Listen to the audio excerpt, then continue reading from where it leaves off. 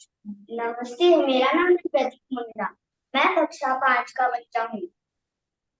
तो आज मैं एक गुरु और एक शिष्य की कहानी बताने जा रही हूँ। एक दिन की बात है। गुरु और शिष्य अपने आश्रम लौट रहे थे।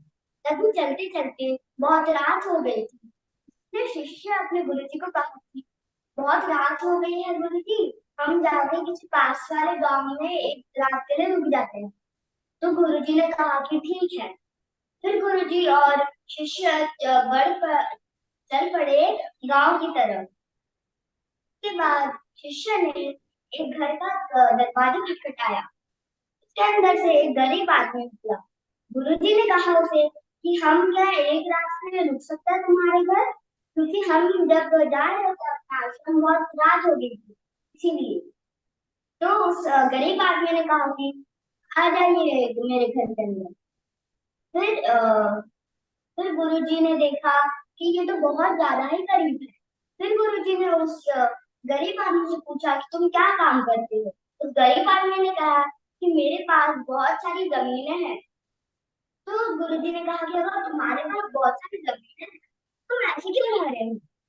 तो उस गरीब आदमी ने कहा मेरे पास जो जमीन है वो बंजर है।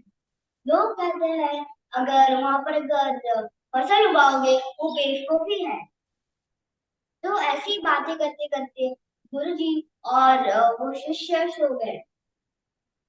फिर आधी रात के गुरुजी और शिष्य गुरुजी ने उस शिष्य को कहा कि अ, इसके पास एक भैंस है, काम करते हैं, इस भैंस को अपने गांव ले चलते हैं।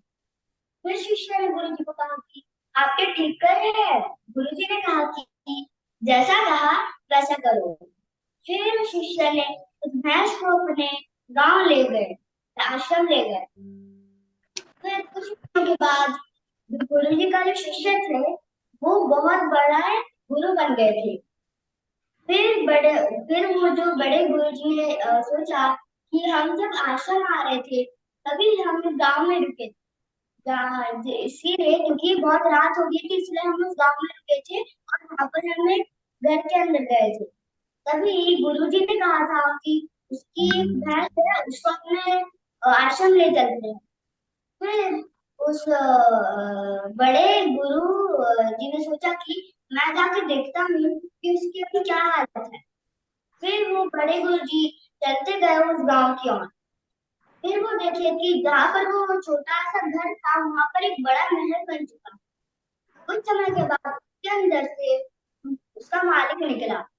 फिर उसने कहा कि तुम्हें दादा मैं और मेरे गुरुजी तुम्हारे घर पर आए थे रहने कुछ रात के लिए, क्योंकि बहुत रात हो गई थी।